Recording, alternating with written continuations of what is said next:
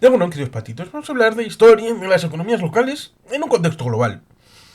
Porque un tiempo en el que nos encontrábamos con economías que eran proteccionistas o librecambistas. Era un debate bastante largo en el siglo XIX.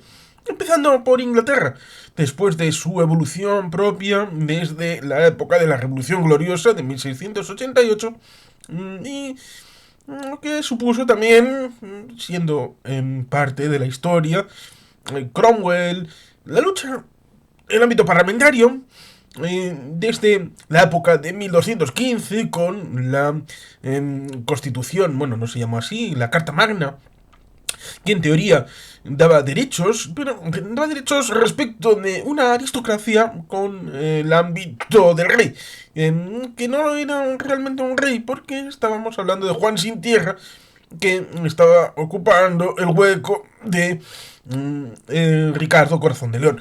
Con lo cual, hoy tenemos un ámbito histórico del ámbito parlamentario británico desde el siglo XIII hasta el periodo actual, en el que en principio jamás ha habido un cierre formal del Parlamento. Y por eso, en el ámbito escocés, nos encontramos con la situación de que desde 1707 el asunto de la crisis, porque Escocia intentó tener su propia participación colonial. Sí, un país más o menos pequeño, como era Escocia, tener su propia participación en la selva del Darién, en la zona de Panamá. Bueno, actualmente es la zona más en contacto con la zona continental sudamericana, en donde nos encontramos con esa situación de dificultad. Ahora mismo es un lugar difícil para el tránsito y salvo gente muy aguerrida, muy ausarta, muy voluntariosa, nos encontramos con que es el tapón del Darién, que precisamente ha impedido el establecimiento de una carretera panamericana que vaya desde la zona de Alaska hasta la zona de Ushuaia. Es, por tanto, esa situación en la que cuando después de... ¿Cuántos son? 290 años. De 1707 al 1997 nos encontramos... No son 70... Bueno, ya se entiende que es un número de años importante, sí, 290, pues sí, 290. Nos encontramos con el hecho de que no se inaugura ni reinaugura, sino que se reabren las sesiones del Parlamento escocés en Holyrood. Los elementos son importantes, la historia es importante y hay que ser bastante puntual a la hora de no dar brochazos grandes, sino la fineza de tener este conocimiento. En esa época del siglo XIX nos encontrábamos con el hecho de que la incorporación de territorios, de gentes, de todo este elemento al ámbito interno de la economía, habría la posibilidad de tener unos mercados que pudieran en tener en esa posición interna un mercado natural para los empresarios y para las mercancías y para las fábricas y para las empresas, valga la redundancia, en donde ese mercado interior, cuanto más grande fuera, pues en principio la idea que tenían algunos era que ese mercado interior, cuanto más grande fuera, daba las más posibilidades para que esas ventas fueran incrementadas. Problema que podemos ver en el propio Reino Unido, el Imperio Británico, podemos encontrarnos en el siglo XIX, podemos encontrar, y también a principios del siglo XX, mayores inversiones en Argentina, que no era parte del Imperio Británico, que en territorios que formalmente eran parte de la colonia, de la corona, como colonia.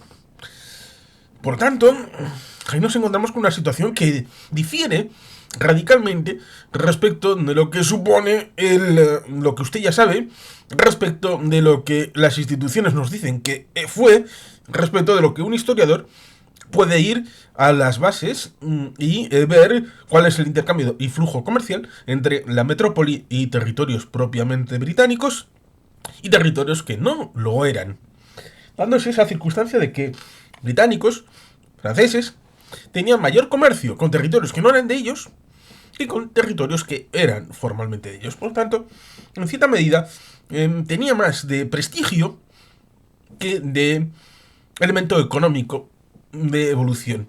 A pesar de que en aquellos territorios que formalmente no eran una colonia, como le pasa, por ejemplo, al Imperio Español, en donde el hemisferio occidental, cuando reconoce la Constitución de Cádiz de 1812, españoles de ambos hemisferios, está reconociendo algo que luego será problemático cuando Cuba se despegue de la realidad del Estado español. En 1898 será un problema para los catalanes, que tenían una importancia importante, capital, en la economía española. Era, ¿cómo decirlo? ¿Cómo diría el economista Jorge Dorta? Sobre todo, por ejemplo, en el libro Canarias con futuro, del año 2010, era un pulmón externo. Un pulmón externo que luego fue sustituido por las propias Islas Canarias. En donde, en el siglo XIX, con la ley de puertos francos, nos encontramos con la situación en la que este territorio tenía una libertad para comerciar. Precisamente los británicos fueron muy importantes, sobre todo con la idea de conectar por la vía externa, porque por la vía interna tenían Gibraltar, luego la isla de Malta y Chipre, para poder entrar hacia Canal de Suez, donde estaban en Egipto, sobre todo a finales, después de que se hiciera el Canal de Suez, en torno a los años 60 del siglo XIX. Ahí estaba el señor Ferdinand de Lesseps, que luego intentó hacer el Canal de Panamá, pero fracasó, y luego lo intentaron los americanos con éxito. Pues ciertamente esa vinculación para ir hacia la India, donde tenían su joya de la corona. Los británicos también querían vías alternativas, querían curarse en salud. ¿Y cómo lo hicieron? Pues con esa idea de controlar en cierta medida lo que eran las Islas Canarias a través de esa ley de puertos francos, en donde hacían la vuelta, como tradicionalmente habían inventado los portugueses a finales del siglo XV y XVI, a principios del XVI, finales del XV, principios del XVI, en donde, bueno, Vasco de Balboa y todos aquellos hacían los padraos a donde llegaban, y esa navegación que tiene el monumento a los navegantes ahí en Lisboa, bien puestos, una nación navegante muy interesante, y por eso me lleva a ese pequeño detalle, que en el siglo XX, a pesar de que ya en aquel momento había países, precisamente el caso de Portugal, aliada con Inglaterra, con el encuentro de dos países con acuerdo comercial político de más larga data del mundo. El segundo dicen que es Estados Unidos con Marruecos, que fue el primer país en reconocer la independencia de los Estados Unidos de América. Los países pequeños pueden ser importantes. La extensión territorial de Castilla, de Aragón, con respecto a Portugal, era más grande en la península. Bueno, hay quien dirá, bueno, de Aragón, ahí, con el hecho de la existencia del Principat de Cataluña, el Reino de Valencia, las Illes Baleares, y el propio territorio de la Corona de Aragón, como marco más o menos confederal del reino de la corona aragonesa. Pero recientemente Portugal era una realidad consolidada, a pesar de que luego hubo el asunto con Felipe II, con el periodo en el que en parte se incorpora hasta 1640 con la segregación formal, los Braganza. Pero es que esta idea de consolidar territorios amplios, grandes, integradores, con grandes extensiones, países grandes para ser más fuertes de cara al mundo, jamás fue una realidad objetiva. Bueno, sí fue una realidad objetiva en parte teniendo continuidad territorial, como pasa con el ámbito de Rusia, con Siberia, que es imperialismo, pero no se considera tal porque hay una continuidad territorial en dirección hacia Vladivostok. En el caso de España, de las Españas, que luego se singulariza como los Estados Unidos son, y tras la guerra civil es los Estados Unidos es. Esa singularización permite la apertura de mercados interiores, y eso hace que esas empresas puedan tener un lugar donde crecer internamente, donde asentarse, antes de poder salir hacia afuera. ¿Qué es lo que pasó a Estados Unidos? Ese proteccionismo inicial dio la posibilidad para que ciertas empresas crearan un nicho dentro de las colonias americanas antes de poder abrirse al mundo. Esa base, evidentemente, es importante, pero luego nos encontramos con una situación en la que, con acuerdos de libre comercio, sobre todo pensando en los espacios occidentales de Europa tras la Segunda Guerra Mundial, en el que nos encontramos ciertamente los británicos que quieren mantener un espacio de libre cambio, pero sin implicaciones políticas, y los europeos que han visto sus problemáticas en el ámbito de la Guerra Mundial, sabiendo que ya después de 3 guerras franco-alemanas, y digo bien, 3, la guerra franco-prusiana, la Primera Guerra Mundial y la Segunda Guerra Mundial, hicieron en Mesina unos encuentros ministeriales que llevaron en primer término a la Comunidad Europea del Carbón y el Acero, y luego, en el 57, la CEE y Euratom, poniendo las bases de la construcción europea. Y luego, esa EFTA que hizo Inglaterra acabó, en cierta medida, fusionándose, a pesar de que formalmente la EFTA existe, pero con el espacio económico europeo unificado hay un espacio común a la Unión Europea y a esos 4 países que forman la EFTA. En el momento actual, y cuando digo actual me refiero a las últimas décadas, nos encontramos que la propia Unión Europea, los países más exitosos, incluso cuando han venido crisis, aquellos que han sido fundamentalmente influyentes, no digo decisivos, porque teníamos esa situación pensando que los grandes son los que deciden, que sería tradicionalmente la República Federal Alemana y Francia, el eje París-Bonn y luego París-Berlín. Esta dualidad de reconciliación respecto de esos conflictos que han vertebrado prácticamente pues los últimos cientos de años, porque estaba pensando, bueno, sí, antes de esas 3 guerras franco-alemanas que he dicho, pues estaba las guerras napoleónicas, en donde estaban los prusianos en un lado y los franceses en otro. Pero antes también nos encontramos con las guerras de los 7 años, por ejemplo, y en la que los prusianos, los ingleses eran aliados y los franceses estaban ahí en confrontación. Por tanto, hay cientos y cientos de años con batallas en las que los territorios alemanes están enfrentados a los franceses. Y mucho antes tenemos la guerra de los 100 años que enfrentan a los franceses con los ingleses. Por tanto, es un salto de calidad respecto de la pacificación a través del comercio y el comercio a través de la paz mediante instituciones comunes en el marco europeo. Y por eso, cuando más países hay, la decisión, que no es por unanimidad, se necesita esos baremos para unas mayorías, y esto obliga a que tengan que haber más países. No vale solamente Francia y Alemania. Hay quien dice, bueno, España, Francia y Alemania, Italia, Francia y Alemania. Tampoco, hace falta un cuarto, que últimamente posiblemente sea Polonia. Con lo cual, ahí tenemos la situación en la que España o Italia, con Francia, Alemania, Polonia, pero tampoco es suficiente para imponer. Y en la crisis de 2008, con todo lo que supuso con los PIGS y lo que supuso después la crisis de 2020, nos encontramos que países medianos, que son la mayoría, Finlandia, Austria, Países Bajos, incluso Eslovenia, Hungría, Eslovaquia, Chequia, Dinamarca, son países que tienen importancia a la hora de tomar decisiones, que se cuenta con ellos.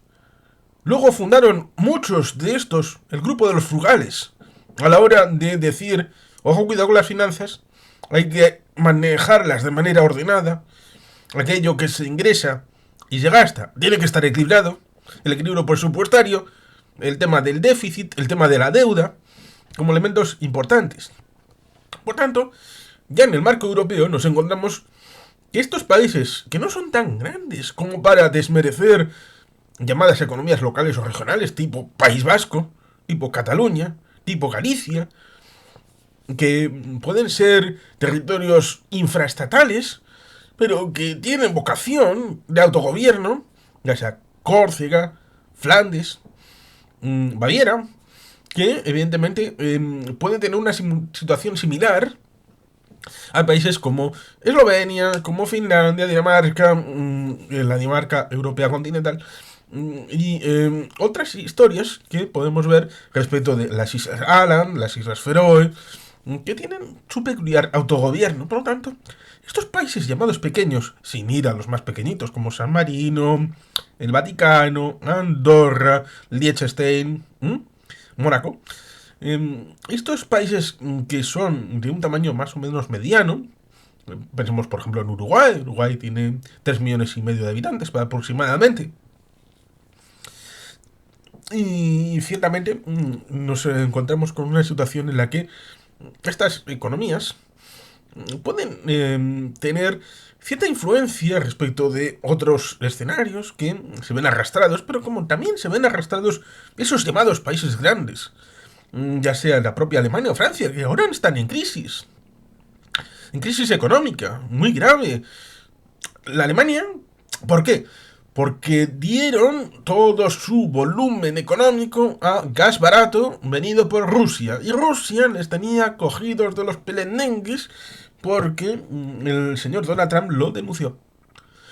Nadie puede ser tan bueno como para ser malo todas las veces a la vez. Y por tanto, Donald Trump acertó en ese diagnóstico con respecto de la sumisión de Alemania al gas barato ruso, que tenía contraprestaciones.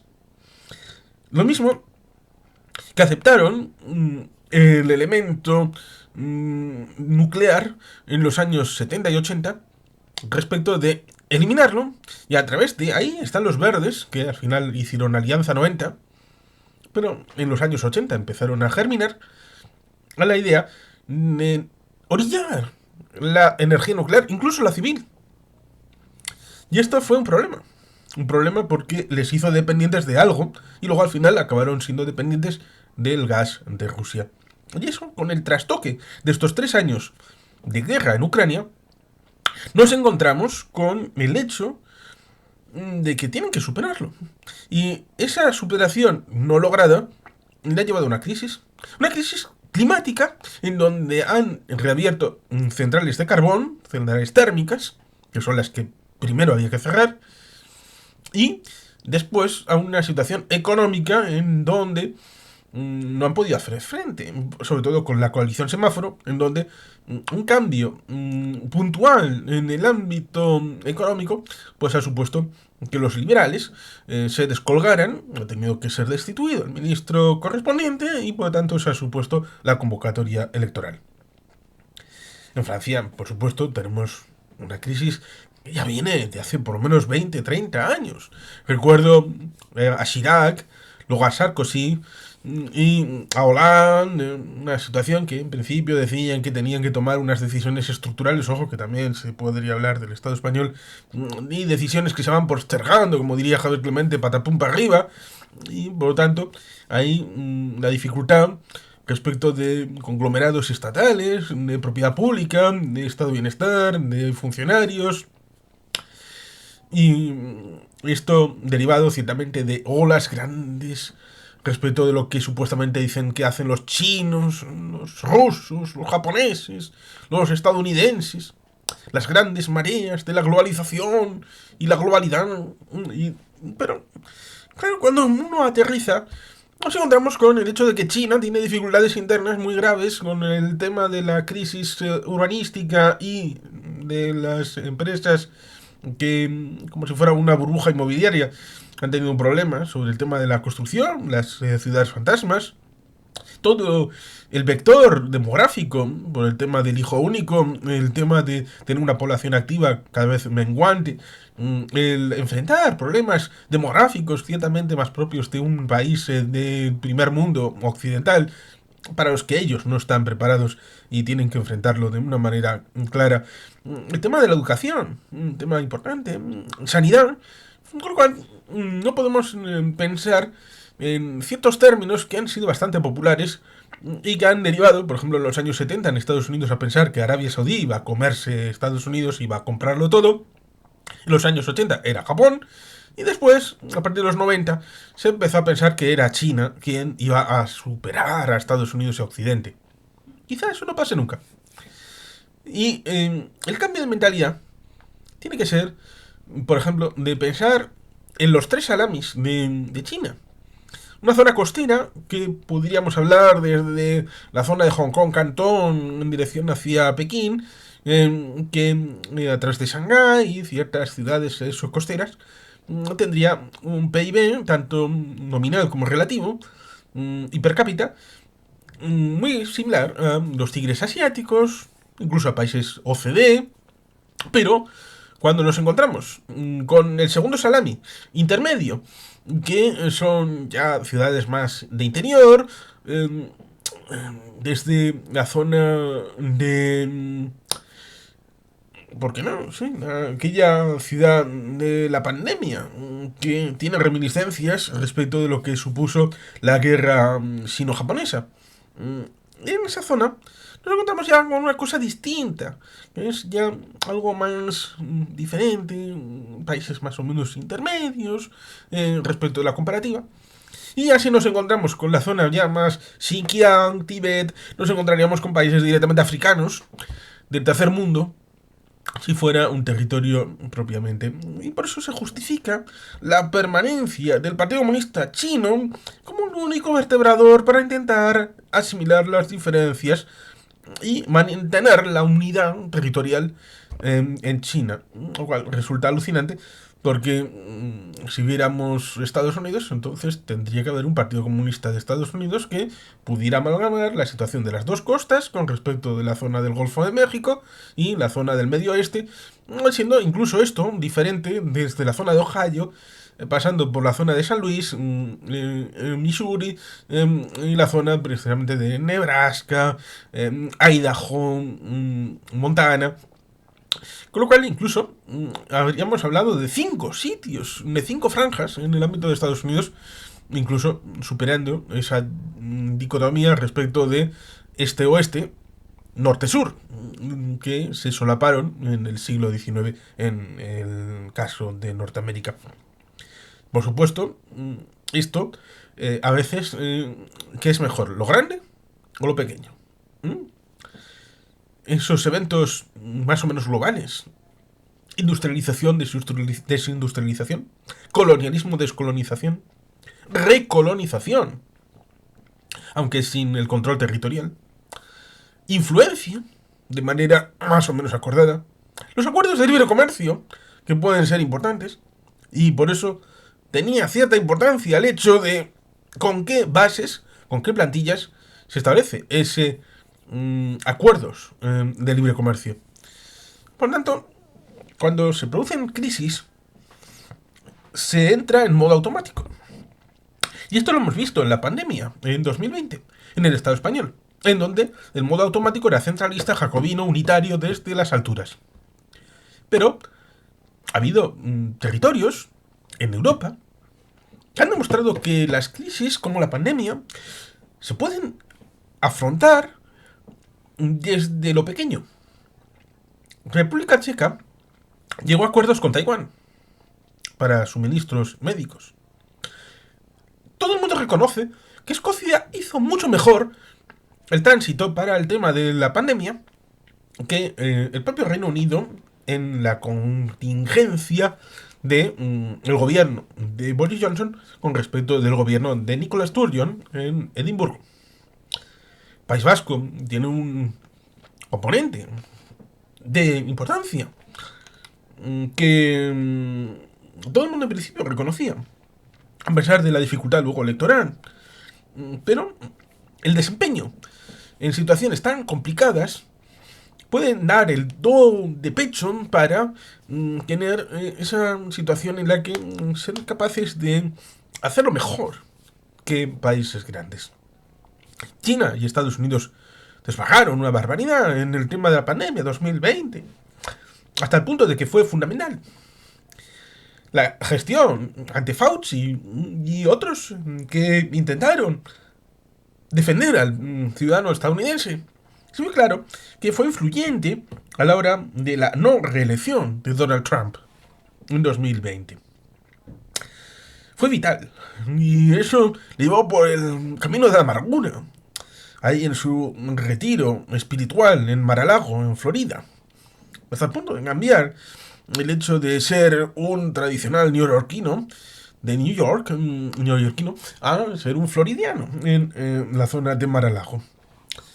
Esa situación, por lo tanto, debería de llevarnos a una reflexión más o menos amplia respecto de esta realidad, en donde una situación más o menos pequeña de esos países que en principio no deberían de existir, según la mentalidad de algunos, la posibilidad de que otros países, que son ahora entidades subregionales, subestatales, que puedan ser, por ejemplo, País Vasco, Galicia, Cataluña, Flandes, Escocia, o